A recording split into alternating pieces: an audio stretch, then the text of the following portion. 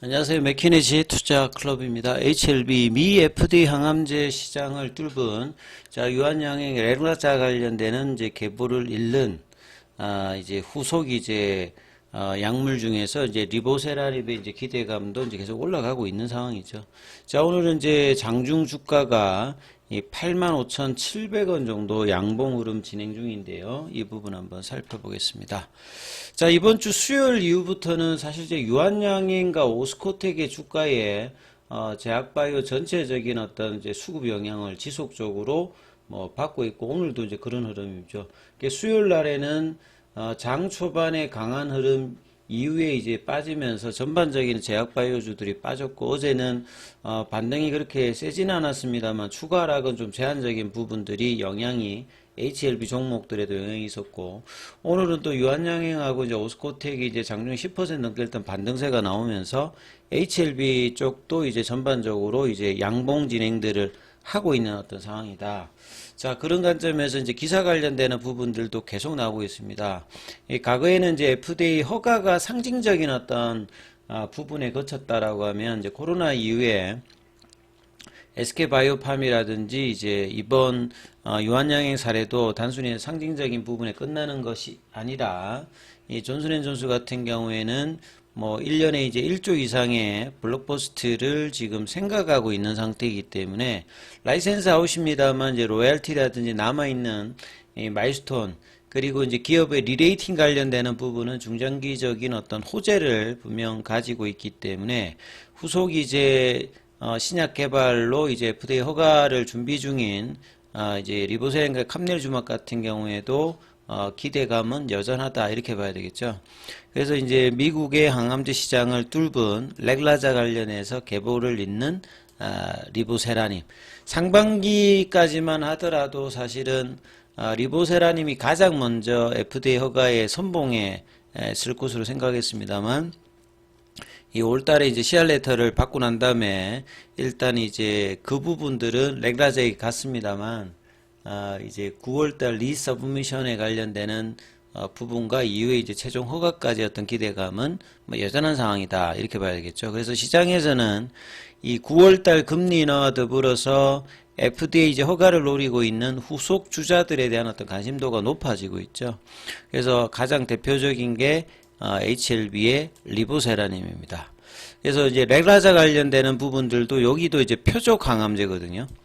리보세라님도 표적 항암제고, 이제 타깃 자체는 이 이제 표피제 성장 인자 관련되는 이제 EGFR 관련되는 부분이고, 여기는 이제 혈관 내피 성장 쪽에 이제 신생혈관 억제하는 수용체 억제 치료제고, 여기는 이제 변이가 생겼던 부분에서 1세대, 2세대, 3세대 쪽의 1차 치료제다, 이렇게 보시면 되겠죠. 그래서 국산의 항암 신약 FDA 최초로 허가받는 어떤 이제 타이틀은 일단 이제 유한양의 렉라자한테 갔습니다만, 자, 리보세람도 이어서 이 9월 달에 리서브미션 관련되는 부분 이후로 이제 최종까지의 어떤 프로세스의 흐름을 다시 이어가는 어떤 기대감은 여전하다, 이렇게 봐야 되겠죠. 그래서 다수의 기업이 FDA 허가 신청을 위해서 막바지 절차와 임상 등을 진행하고 있다. 그래서 FDA가 이 렉라자와 리브리반트도 이제 표적 항암제라고 보시면 되겠죠. 이 두 가지 이제 병용으로 상피세포 성장인자 수용체, 이제 암세포에 보면 이제 이 표적이 될 만한 바이오마커, 물론 이제 이런 부분들이 정상세포에도 있는 부분입니다. 근데 이게 이제 암세포에는 특이하게 유전자 변형이 와서 이 부분들이 가발현되어서 계속 이제 세포의 분열이라든지 성장을 이끄는 요인이니까 여기를 타겟해서 하는 게 이제 표적 항암제의 기본적인 개념이라고 보시면 되겠죠. 그래서 EGFR 변이 보통은 이제 1차 치료제, 2차 치료제, 그러니까 1세대, 2세대가 있듯이 여기에 처음에 하다가 이제 일정 시간 지나면 암세포가 이제 이 부분들을 우회하기 위해서 이제 변이가 많이 생기죠. 그러면 기존에 이제 1세대, 2세대가, 세대가 계속 나오는 거는 변이가 나오면 기존 치료제로는 반응을 안 하기 때문에 이 변이에 또 타겟에 맞는 부분들을 하는데, 이번 이제 유한양행 관련되는 부분은 EGFR 변이 이제 비소세포 폐암 환자 1차 치료제입니다. 그 리보세라는 감내주막도 1차 치료되어 있듯이 여기도 이제 1차 치료제 형태로 하는 거고요. 그 다음에 이제 이 오시모티닙 대비해 가지고 이제 우월성을 입증한 최초이자 유일한 다중표적 비하각 이 병용요법이다. 이렇게 해서 이번에 이제 승인된 거고요.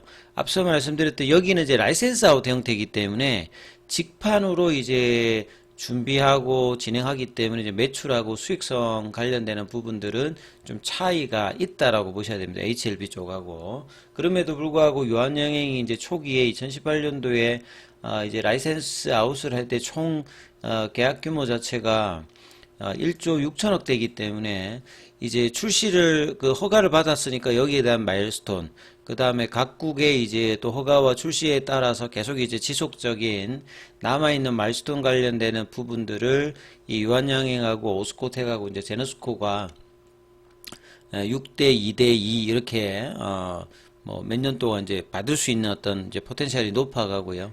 그 다음에 이제 블록버스터가 되게 되면 순매출액에 따라서 이제 로얄티 관련되는 부분들도 꾸준히 이제 들어오기 때문에 이 부분에 대한 어떤 흐름들이 상당히 중요하죠. 자, 그런 어떤 흐름이니까 여기하고 거의 이제 동일한 수준에서 또 이제 직판이니까 조금 차별화가 되어 있는 리보세란이 관련되는 기대도 이제 같이 이제 동반되는 거죠. 그리고 주가도 사실은 이런 허가 과정에서 유한양행이나 오스코텍의 주가가 어떤 흐름을 해주냐에 따라서 최종 허가 과정이라든지 리서브션 이후에도 일정 부분 이제 연동되는 어떤 흐름이 있고, 그리고 유한양행은 세론 뉴스로 뭐 이슈가 다 끝나는 게 아니라 내년도 초에도 이제 SC 제형 관련되는 그 허가 관련되는 부분에 이제 일정이 이제 초에 있고, 내년 5월 달에 이제 아스코에서 최종 이제 OS 값 그 데이터 발표를 앞두고 있기 때문에 여러 가지 이제 펀더멘털 개선뿐만 아니라 모멘텀이 여전히 가지고 있기 때문에 주가에도 이제 같이 이제 레퍼런스가 하나 생겼으니까 이 부분을 참조하시면서 이제 보는 게 중요하고요. 그 다음에 이제 그 유한양행이 이제 좋은 어떤 흐름들을 이어가게 되면 HLB가 같은 어떤 기대감으로 견조한 흐름을 이제 보일 수 있는 거고요. 수요일 날에 이제 급락했던 부분들은 이제 그런 어떤 이제 기대감과 유한양행하고 동행했던 부분들이고, 이 부분들을 해소하기 위해서 자체적인 어떤 부분들도 있겠습니다만, 이런 부분들이 업황에서는 같이 이제 연속적이다 이렇게 좀 봐야 되겠죠. 그래서 리보세라믹 같은 경우에는 암에서 이제 가장 중요한 이제 네 가지 성질 중에서 이 암이 이제 신생혈관을 생성해서 이 세포, 그러니까 뭐 산소라든 영양분 공급받아서 분열하고 성장하고 전이를 한다. 요 기전을 이제 타켓을 하는 거거든요. 그 중에서 가장 중요한 타켓인 싱글 타켓 형태로 이 베제팔2를 이제 억제하는 형태죠. 그래서 이제 티로신키나제 억제, 여기도 이제 경구형이고 이 렉라자 관련되는 부분도 보시면 이 경구형입니다. 그래서 한자 편의성도 있고 둘 다 유효성이라든지 안전성 관련되는 부분에서 효과가 있는 상태죠. 그래서 리보세라믹과 항서제약의 캄레니주막 같은 경우에는 5월달에 이제 CR 레터를 받고 지금 9월달에 리서브션 관련되는, 그래서 클래스 1이 되게 되면 두 달 안에 이제 최종 결정이 나기 때문에 연내에 FDA 최종 허가 관련되는 부분의 내용을 알 수 있는 어떤 사태다 이렇게 좀 보셔야 되겠죠. 그래서 어제도 그렇고 이제 21입형, 그 다음에 이제 그 파라볼릭자, 어제까지는 파라볼릭자가 좀 찍혔는데요. 아침에 이제 시가 라인이 8만 1,000원대, 그러니까 어제 기준으로 이제 파라볼릭자의 어떤 추세 가격대가 그 8만 1,000원대거든요. 그래서 이 부분들을 아침에 이제 살짝 내려가면서 이제 파라볼릭자 시그널은 싹 바뀌었습니다. 이 이제 하락 추세로. 근데 이제 그래서 이제 지금 갭이 있는 상태인데 아침에 이제 그 시가의 영향을 받아서 이제 이 부분이 이렇게 된 거고, 지금 가격으로 측면을 보면 82,000원대를 이제 첫째 유지, 어제도 유지, 오늘도 일단 유지해 주기 때문에 다음 주 이제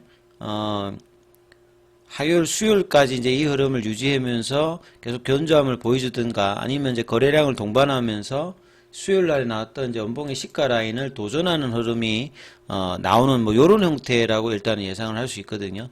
그리고 이제 아침에는 이제 유한양의 영향을 받죠. 여기는 장중에 11만 4천 원대까지 올라가면서 수요일의 고점 부근까지 장중에 올라가는 모습을 보였는데요.